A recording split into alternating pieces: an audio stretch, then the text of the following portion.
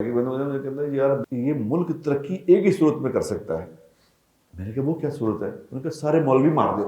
Private hospitals میں doctor کو target دیا جاتا ہے کہ جناب آپ کا ایک ٹارگٹ ہے, آپ نے اتنے پیسے ارینج کرنے ہیں, اتنے پیسے آپ نے ٹارگٹ ہے آپ کا.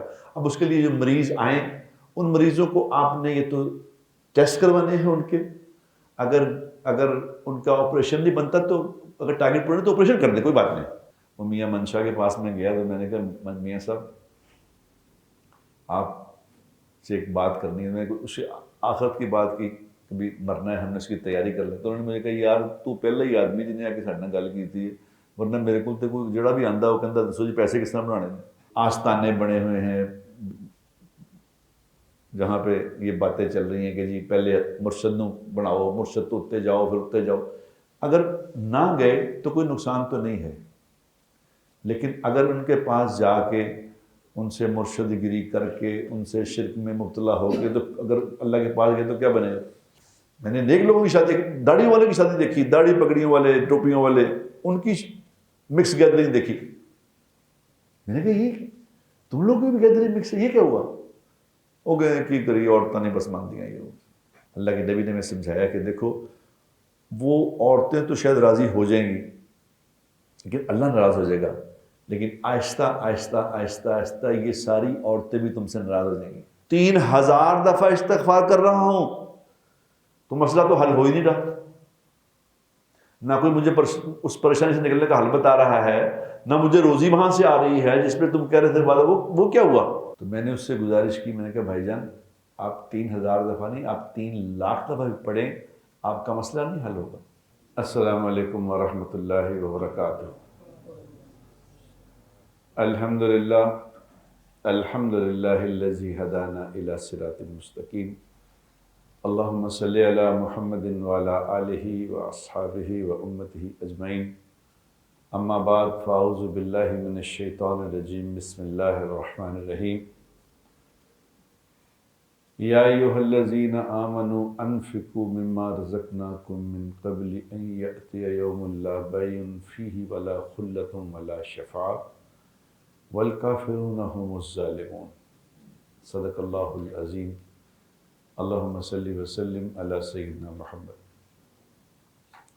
قابل احترام دوستو, میرے بزرگوں, بھائیوں, برخورداروں اور معزز مستورات, ایک بات کو بار بار خود اپنے آپ کو اس کی یاد دہانی کرانی چاہیے. کیوں؟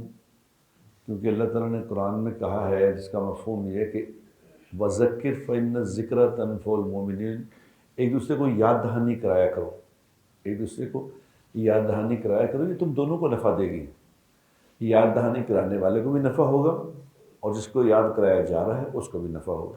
کیونکہ انسان بھول جاتا ہے. ابھی میں اس کو ندیم صاحب کو کہہ رہا تھا کہ مجھے یاد کرایا دیں یار, یہ میں کاغذ ہے کسی کی ضروری ہے, میں بھول جاؤں گا, کیونکہ انسان بھول جاتا ہے.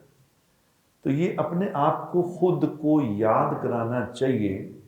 ویسے تو چونکہ عربی کی جو دعائیں ہیں وہ دعائیں ہیں یاد دہانی, لیکن چونکہ ہمیں عربی کا ترجمہ آتا ہے, پہلے تو عربی بڑی مشکل آتی ہے.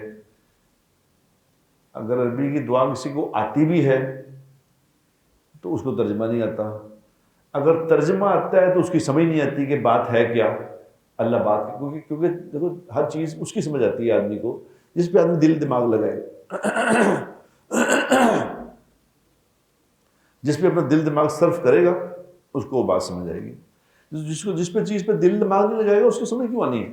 اچھا, اور جو جس لیول کا دل دماغ استعمال کرے گا, جس لیول کا دل دماغ استعمال کرے گا, اللہ اس پہ اس بات کی حقیقت کو اس لیول کا کھول دے گی.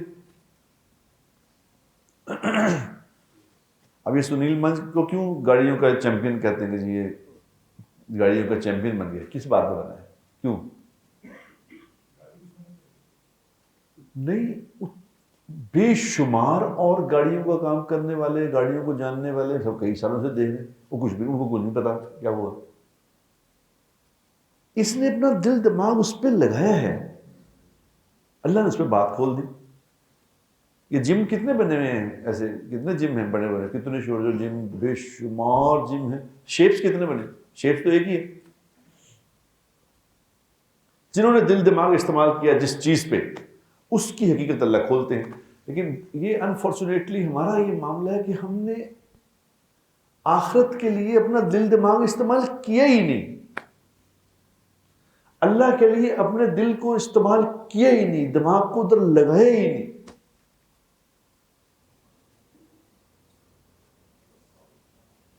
اس لیے کہ وہ کہتے ہیں جی مولویوں نے سارا کام خراب کیتا ہے. کہ مجھے کہتا ہے یار ایک دم مجھے یاد ہے میں جب دین سے میں بھی اس وقت نہیں دیتا کہ انہوں نے کہا یار بس یہ ملک ترقی ایک ہی صورت میں کر سکتا ہے. میں نے کہا وہ کیا صورت ہے؟ انہوں نے کہا سارے مولوی مار دو، سارے مولوی مارو ترقی کر جائے. اب یہ اپنی سوچ لے کے بیٹھا، اپنی سوچ لے کے بیٹھا، اور سوچ لے کے بیٹھا ہوا ہے اور اسی پہ اسٹک ہے. میں کہا یار یہ مولوی مارنے سے ملک کس ترقی کرے گا؟ تو بتاؤ. نہیں، ہم اپنا دل دماغ جس آخرت کے لیے، اللہ کے لیے، اپنی ذات کے لیے، قرآن میں اللہ کہتے ہیں وَفِي أَنفُسِكُمْ أَفَلَا يُبْصِرُونَ، تم اپنے اندر نہیں کبھی غور کرتے. تم قرآن میں 750 سے بھی کچھ زیادہ دفعہ یہ بات آئی ہے کہ غور تو کرو یار، غور تو کرو، غور تو کرو. غور کیوں نہیں کرتے؟ غور نہیں کرتے. یہ بات اپنے آپ کو روز یاد کروانی ہے کہ میں دنیا میں آخرت کی تیاری کے لیے آیا ہوں. یہاں پکا نہیں ہے میرا پروگرام، مجھے جانا ہے یہاں سے. یہ صبح اٹھتے ہی دعا میں یاد کرایا گیا ہے. صبح کی دعا اگر یاد کرو، الحمدللہ الذی احیانا بعد ما اماتنا والیہ النشور، تمام تعریفیں اس اللہ کے لیے ہیں جس نے مجھے موت کے بعد پھر زندگی دے دی. کیونکہ نیند موت کی بہن ہے. اس لیے جب آدمی جنت میں چلا جائے گا تو جنت میں نہ نیند ہوگی نہ موت ہوگی، کیونکہ نیند جو ہے نا یہ بھی موت کی شکل ہے. اللہ اس کو نکال دیں گے، ختم کر دیں گے. تو وہ تمام تعریفیں اس کے لیے ہیں جس نے مجھے موت کے بعد دوبارہ زندگی دے دی. مگر وَإِلَيْهِ النُّشُورُ، مگر میں نے یہاں نہیں رہنا، میں نے جانا ہے واپسی. یہ میں ہمیشہ کے لیے نہیں اٹھ گیا، میں نے ایک دن چلے جانا ہے. اب ایک دن چلے جانا ہے تو پھر میں نے کرنا کیا ہے یہاں؟ جب مجھے پتا ہو کہ میری ڈیسٹینیشن یہ ہے، میں نے وہاں جانا ہے، تو پھر آدمی سے تیاری کرے گا نا یار. ایک آدمی نے اپنی ڈیسٹینیشن ہی وہ نہیں بنائی، اسے تیاری کیوں کرنی ہے؟ بھئی میں نے امریکہ جانا ہی نہیں، مجھے کیا ضرورت ہے وہاں کے لیے میں ویزے لیتا پھروں اور میں اس کے لیے سارے سسٹم بناتا پھروں کہ میں نے جانا ہی نہیں وہاں، مجھے کیا لگے. وہ تو جس نے امریکہ جانے کا پروگرام بنایا ہے وہ کہے گا کہ پاسپورٹ بناؤ، ویزا چاہیے، اس کے لیے بینک سٹیٹمنٹ چاہیے، مجھے یہ اپنے FBR کی سٹیٹمنٹ بنانی ہے، یہ کرنا. وہ تو جانے والا بنائے گا نا. وہ اتنی موٹی کامن سینس کی بات ہے. ہم کیوں آخرت کی تیاری نہیں کر رہے بتائیں؟ اس لیے کہ ہمارا پروگرام ہی نہیں ہے، ہمارے اسکیجول میں وہ ہے ہی نہیں کہ میں نے مرنا ہے، میں نے جانا ہے، میں یہاں کسی کام سے آیا ہوں. وہ جو میں کمرہ امتحان میں بیٹھا ہوں، یہاں میں نے جو لکھنا ہے وہ اس پہ فیصلہ ہونا ہے کوئی یار.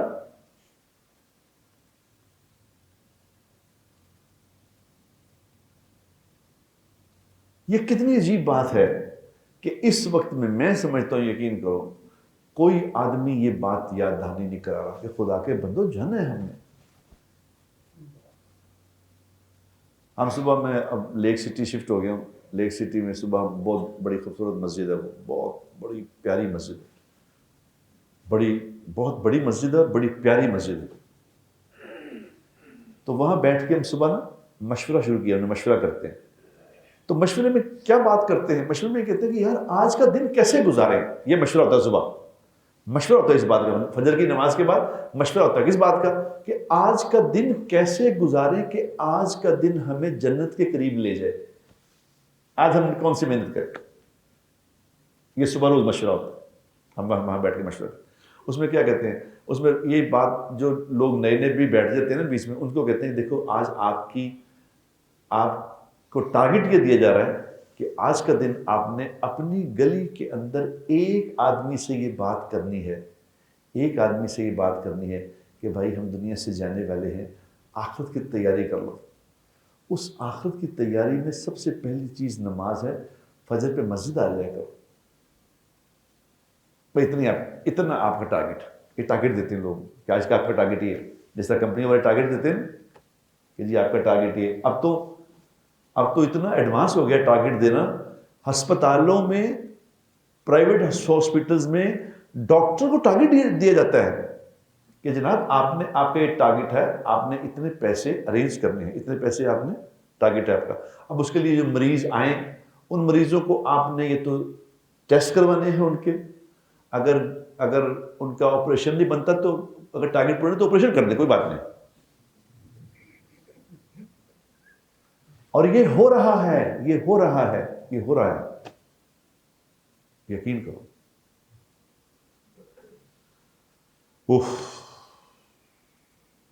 یہ جو آدمی، جو ڈاکٹر، ورنہ پہلے تو ڈاکٹر ہوتے تھے، ایک پیشہ تھا ڈاکٹر کا، پیشہ تھا ایک ڈاکٹر، اور ایک اس کی رسپیکٹ تھی۔ ٹیچر، یہ ٹیچر ہے، استاد۔ مجھے یاد ہے کہ جب میں کالج میں پڑھتا تھا تو آپ یقین کریں ہمارے ٹیچر ہوتے تھے شان صاحب، اللہ اگر زندہ ہیں تو اللہ ان کی زندگی میں برکت دے، اگر وہ انتقال کر گئے تو اللہ ان کے درجے اللہ بلند فرمائے، کیونکہ اس وقت ان کی کافی عمر تھی، مطلب اب کہاں ہوں گے یہ 50-40 سال پہلے، اس وقت وہ 60 سال کے قریب تھے۔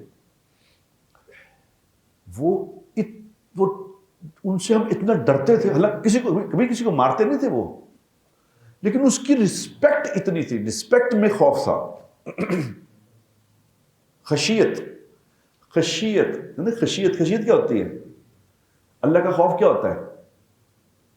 اللہ کا خوف یہ نہیں کہ خوف تو ہوتا ہے ڈاکو کا، خوف ہوتا ہے پولیس والے کا۔ اللہ کا خوف وہ والا خوف نہیں ہے، اللہ کا خوف محبت والا خوف ہے۔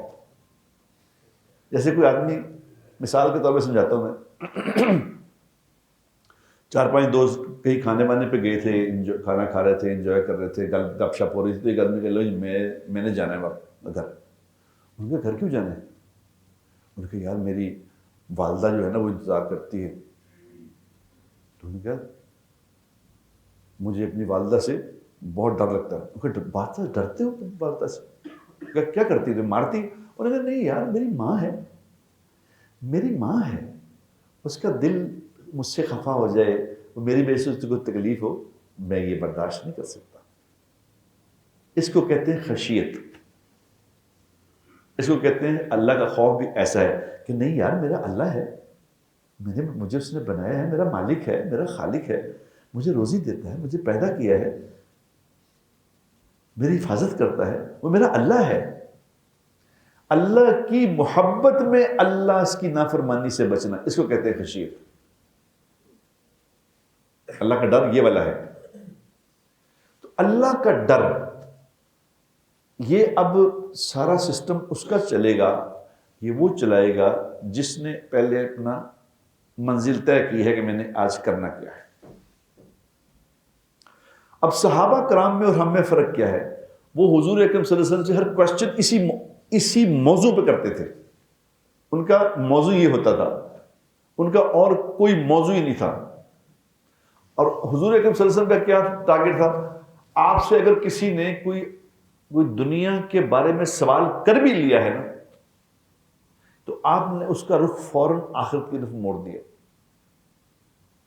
بلکہ تو کوئی دنیا کا سوال کرتے ہی نہیں تھے، کوئی ایک آدھ نیا جو اسلام لاتے تھے وہ دنیا کا پوچھ بھی لیتے تھے، تو ان کو حضور اکرم صلی اللہ علیہ وسلم آخرت کی طرف موڑ دیتے۔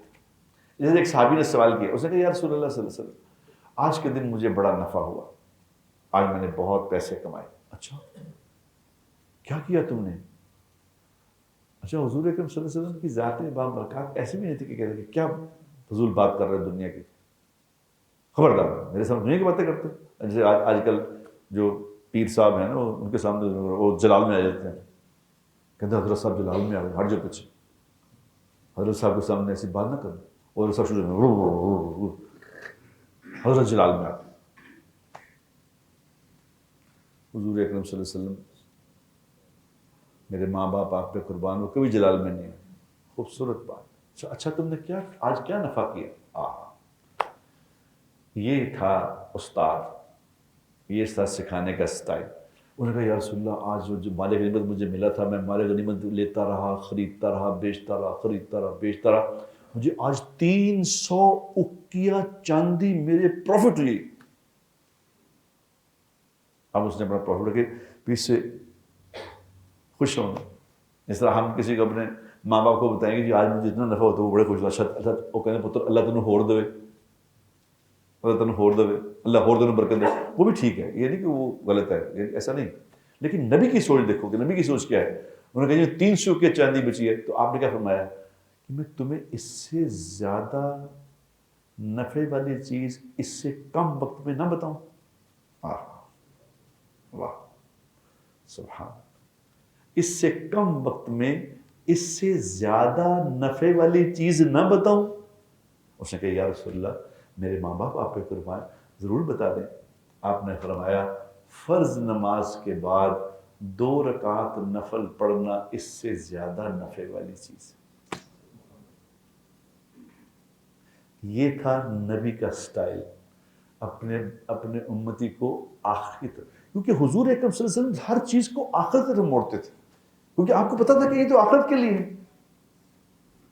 اب صحابہ بھی یہ سوال، اب ایک صحابی ہیں معاذ ابن جبل، معاذ بن جبل رضی اللہ تعالی عنہ، میری امت کا جھنڈا، میری امت کے علماء کا جھنڈا معاذ کے ہاتھ میں ہوگا، اتنے بڑے آدمی، اتنے بڑے آدمی، معاذ ابن جبل رضی اللہ۔ وہ کہتے ہیں کہ میں ایک دفعہ حضور اکرم صلی اللہ علیہ وسلم کے سواری پہ سوار تھا، خچر تھی یا گدھا تھا، کچھ اس طرح کوئی سواری، اس پہ سوار تھا، وہ کچاوے پہ حضور اکرم صلی اللہ علیہ وسلم بیٹھے تھے، اوپر وہ جو کاٹھی اس پہ بیٹھے تھے، میں پیچھے بیٹھا تھا، اور میرے اور حضور کے جسم کے مبارک کے درمیان صرف وہ کچاوا ہی تھا۔ تو میں نے کہا اچھا موقع ہے، حضور اکرم صلی اللہ علیہ وسلم ساتھ ہیں، کوئی کام کی بات پوچھ لوں۔ اب ہماری کام کی بات پوچھنے کا کیا سٹائل ہوتا ہے کہ پتہ چلے، وہ میاں منشا کے پاس میں گیا تو میں نے کہا میاں صاحب آپ سے ایک بات کرنی ہے، میں نے اس آخرت کی بات کی، کبھی مرنا ہے ہم نے اس کی تیاری کر لیں۔ تو انہوں نے مجھے کہا یار تو پہلے ہی آدمی جنہیں آ کے ساڈے نال گل کیتی ہے، ورنہ میرے کو تو کوئی جڑا بھی آندا وہ کہندا دسو جی پیسے کس طرح بنانے ہیں۔ ہر آدمی کہتا جی پاور پلانٹ لگا لیں، ٹیکسٹائل لگا لیں، یہ کر لیں، میاں صاحب آپ کا ایکسپیرینس، وہ تو مجھ سے یہی پوچھتے ہیں۔ یہ تم نے موت والی بات کی ہے، یہ تو میرا خیال شاید ہی کسی نے کی ہو مجھ سے پہلے، یا کوئی کرتا ہو۔ تو وہ کیا پوچھا، وہ نے سوال کیا، انہوں نے کہا یا رسول اللہ مجھے صلی اللہ علیہ وسلم میں ایک بات پوچھوں جی؟ آپ نے کہا پوچھو۔ کہا جی اللہ کا بندوں پہ کیا حق ہے؟ اللہ کا بندوں پہ کیا حق ہے، اور بندوں کا اللہ پہ کیا حق ہے؟ کیا خوبصورت سوال ہے، بتاؤ کیا پیارا سوال ہے۔ اللہ کا بندوں پہ کیا حق ہے اور بندوں کا اللہ پہ کیا حق ہے؟ تو حضور اکرم صلی اللہ علیہ وسلم نے ارشاد فرمایا کہ اللہ کا بندوں پہ 2 حق ہیں۔ اللہ کے بندوں پہ کتنے حق؟ یہ غور سے سن لو، یہ غور سے سن لو، تمہیں آخر کی تیاری کرنے میں آسانی ہو جائے گی۔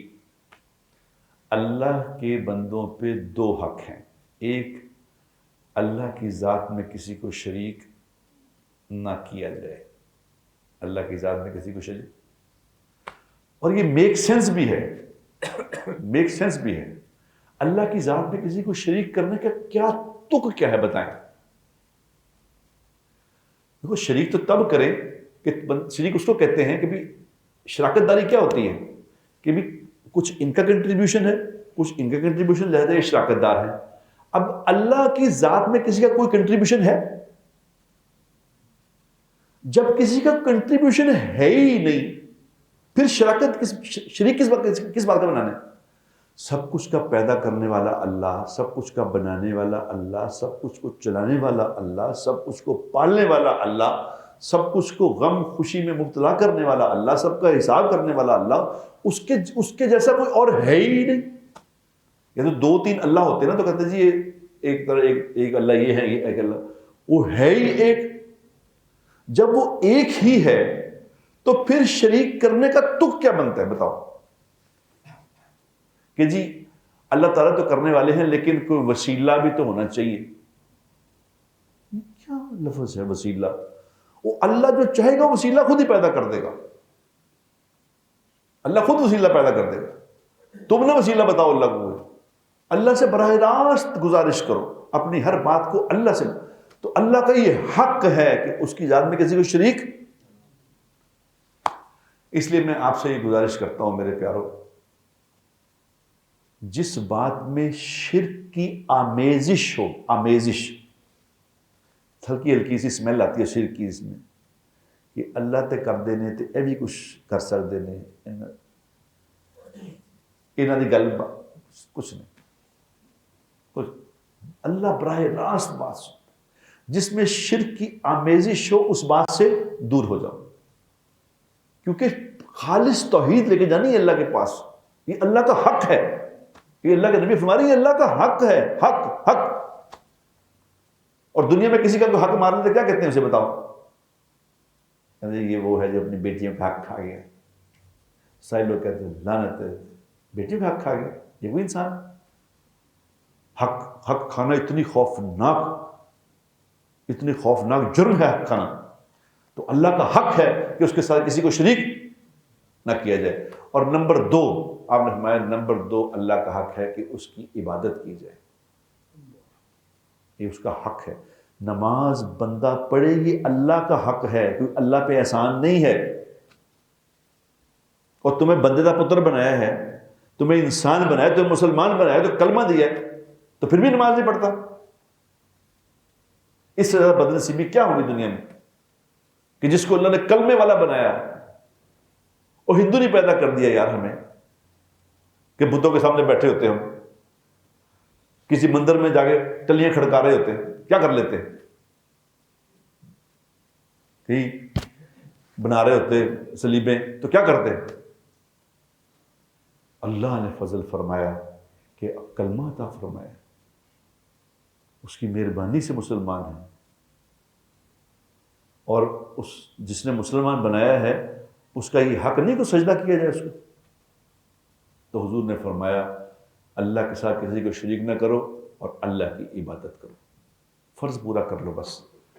اس سے زیادہ کرو گے تو اللہ زیادہ دے گا، نہیں تو فرض پورا کر لو گے تو حق ادا ہو جائے گا. تو یہ تو ہو گیا اللہ کا حق بندوں پہ. اب بندوں کا اللہ پہ کیا حق ہے؟ سبحان اللہ. حضور علیہ السلام نے فرمایا اس کا مفہوم یہ ہے کہ بندوں کا اللہ پہ یہ حق ہے کہ اگر یہ اللہ کے پاس اس حالت میں گئے کہ یہ شرک نہیں کرتے تھے، یہ شرک نہیں کرتے تھے، اس حالت میں گئے تو یہ بندوں کا حق ہے کہ اللہ ان کو سزا نہ دے، بغیر سزا کے ان کو معاف کرے، بغیر پکڑ کے ان کو معاف کرے. بس یہ بندوں کا حق ہے اللہ پہ کہ یا اللہ میں دیکھو کیسی زبردست بات ہے کہ یا اللہ میں تیری ذات میں کسی کو شریک کر کے نہیں آیا، لہٰذا اب مجھے سزا نہ دے. تو اللہ کے ذمے ہے کہ اس کی غلطیوں کو بھی معاف کرے اور اس کو بغیر حساب کتاب جنت میں داخل کرے.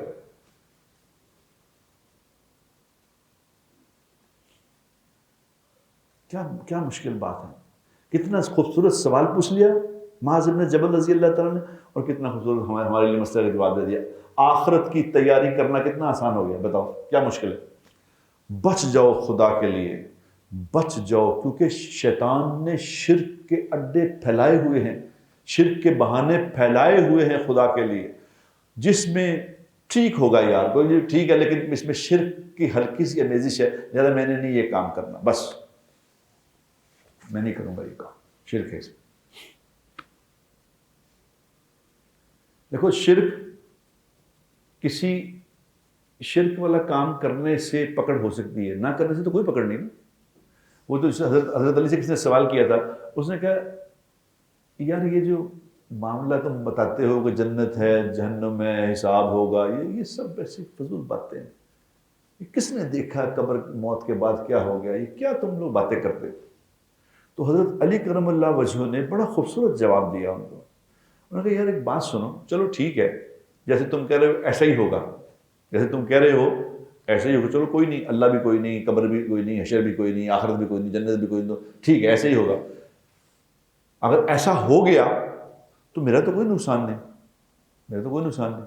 لیکن جیسا میں کہہ رہا ہوں اگر ایسا ہو گیا تو پھر بتاؤ کیا کرو گے؟ تمہارے پاس تو پھر کوئی چانس ہی نہیں ہوگا، پھر کیا کرو گے؟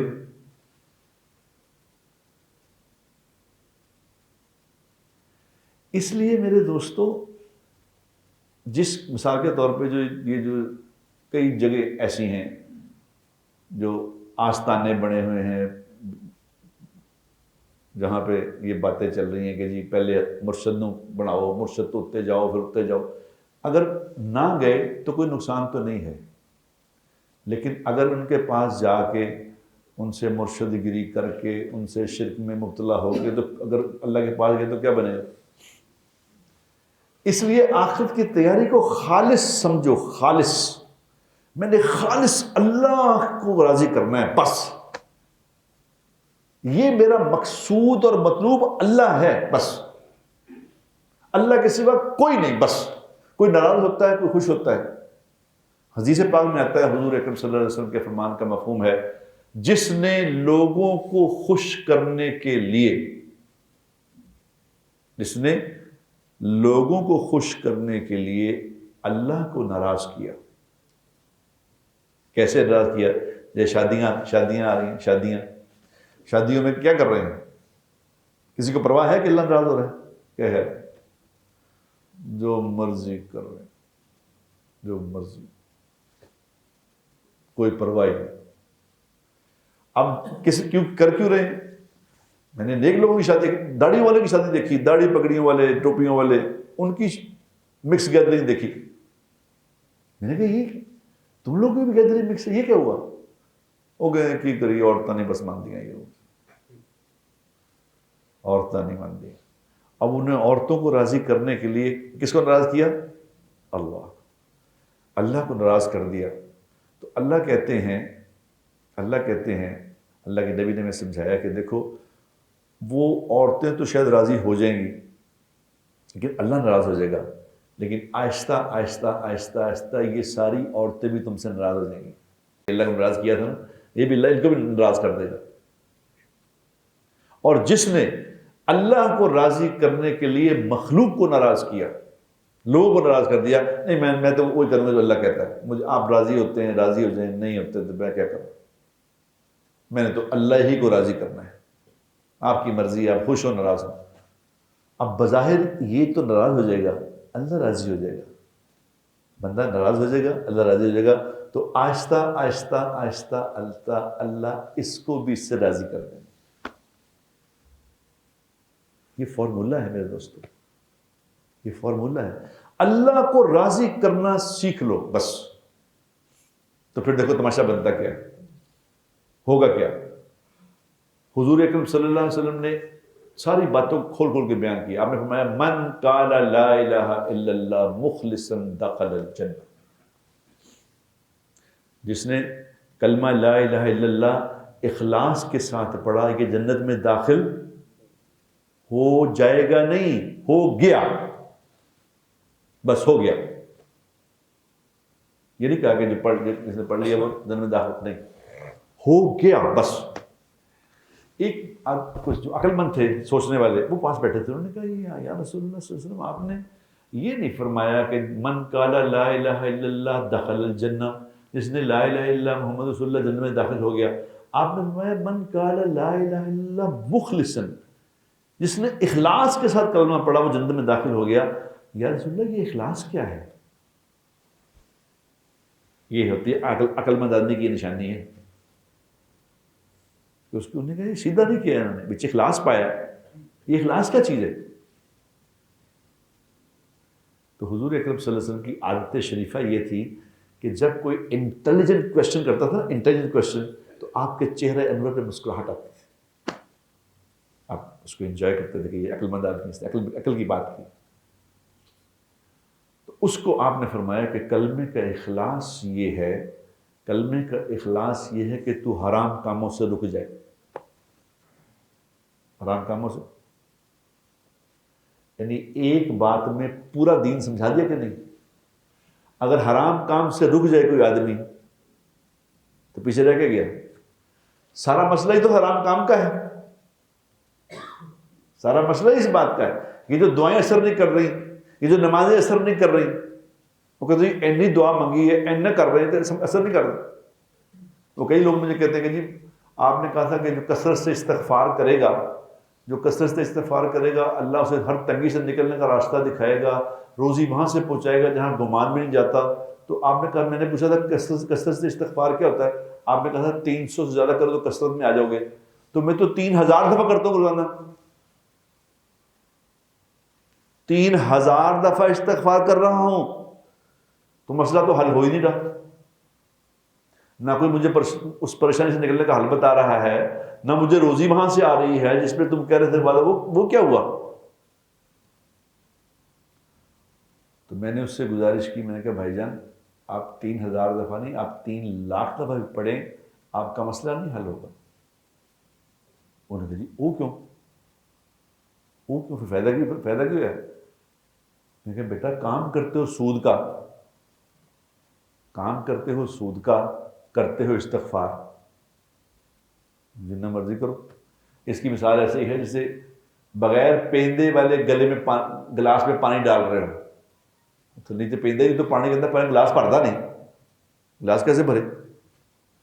وہ نیچے پیندا تے لا. یہ نافرمانی کے کاموں سے بچنا پیندا ہے. جو نافرمانی کے کام سے بچ جائے گا، جو نافرمانی کے کام سے بچ جائے گا، یہ سمجھا کلمے کو، اس کے مسئلہ کا کلمہ حل کرے گا. اس کا نافرمانی چھوڑنی. من قال لا الہ الا اللہ مخلصا دخل الجنہ. اخلاص کے ساتھ کا مطلب یہ ہے کہ نافرمانی کے کام چھوڑ دو. ہم نافرمانی کے کام بھائی کیوں نہیں چھوڑ رہے؟ ہم چھوڑ اس لیے نہیں دے میرے پیاروں، اس زمانے میں اس وقت میں چھوڑے تو ہم تو بات سنتے ہی نہیں، ہم تو بات سن ہی نہیں. کہ جمعے کے دن میں یہ میرا خیال یہ شاید ہی کوئی ایسی جگہ ہوئے گی، میں دیکھتا ہوں جہاں جمعہ کبھی پڑھانے جاتا ہوں، دیکھتا ہوں جمعے میں آدھا گھنٹہ نہیں کسی کے پاس. یہ تو یہاں تو بڑی نعمت ہے کہ یہاں لوگ آ کے بیٹھ جاتے ہیں، ورنہ تو کسی مسجد میں چلے جاؤ، وہاں لوگ اس وقت آ رہے ہوں گے جب عین بات ختم ہو رہی ہے، بات سننا ہی کوئی جاتا. اور بات سنتے بھی نہیں، بات پڑھتے بھی نہیں، نہ کسی ایسے لوگوں کے پاس بیٹھتے ہو جو یہ بات کرتے ہیں، نہ ان سے ملتے. کیسے زندگی میں آئے گی یہ تو بتاؤ؟ کیا ایسا فارمولہ ہے کہ سمجھو خود بخود ہی کوئی انسان خود بخود کچھ نہیں ہوتا بھائی جان. اس کو سیکھنی پڑتی ہے، ہر چیز سمجھنی پڑتی ہے، ایسے لوگوں سے ملنا پڑتا ہے. اے میرے نبی جی، قرآن میں اللہ کرے، اے میرے نبی جی آپ اپنے آپ کو پابند کرو ایسے لوگوں میں بٹھانے کا جو صبح شام اللہ کی پاکی بیان کرتے ہیں.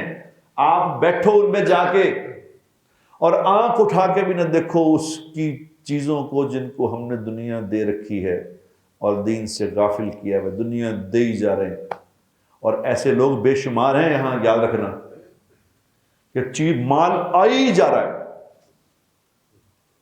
اور نافرمانی بڑھتی جا رہی ہے اور مال آئی جا رہا ہے. تو اللہ کہہ رہے ہیں ان کی طرف نہ دیکھنا، ان کی طرف ان لوگوں میں بیٹھو جو اللہ کی بات کر رہے ہیں. یہ کچھ نہیں ہے، یہ کچھ نہیں. کچھ بات سمجھ آئی؟ کہ جو آخرت کی تیاری کرنا چاہتا ہے وہ شرک سے بچ جائے، وہ نافرمانی سے بچ جائے، وہ نمازوں کا اہتمام کرے. رمضان شریف قریب آ رہا ہے، ابھی سے یہ دعا مانگے، اللہم بارک لنا فی رجب و شعبان وبلغنا رمضان. یا اللہ رجب اور شعبان کی برکتیں ہمیں عطا فرما، اور یا اللہ اب رمضان قریب آ گیا ہے، اب وہاں تک لے جائیں، وہاں تک لے جائیں، اب پہلے نہ موت دیں، اب وہاں تک پہنچا دیں. یہ حضور دعا مانگا کرتے تھے رجب میں دعا مانگا کرتے تھے. ابھی آج کی رات شاید کہتے شب معراج کی رات ہے، آ جائے گی شب معراج. اوہو اب تو بات ٹائم ہی ختم ہو گیا. نہ شب معراج کی رات، آج کی رات آئے گی شب معراج والی. اس رات میں کچھ بھی نہ ہو، چلو ایسے ہی، لیکن پھر بھی اگر موقع مل جائے تو اللہ سے کوئی توبہ کر لیں گے. کیا ہے کیونکہ کئی علماء کرام کہتے ہیں یہ کچھ بھی نہیں پتہ یہ والی ہے، کئی کہتے ہیں نہیں ہے. چلو ہے نہیں ہے، رات تو اللہ سے بات تو کر سکتے ہیں، کیونکہ حضور اکرم صلی اللہ علیہ وسلم کوئی شب معراج تو تھی نا جس دن حضور اللہ کے پاس گئے تھے. سبحان الذی اسریٰ بعبدہ لیلا من المسجد الحرام، پاک ہے وہ ذات جو اپنے بندے کو لے گئی مسجد حرام سے مسجد الاقصیٰ. مسجد اقصیٰ پہ کیوں لے گئے پتہ ہے؟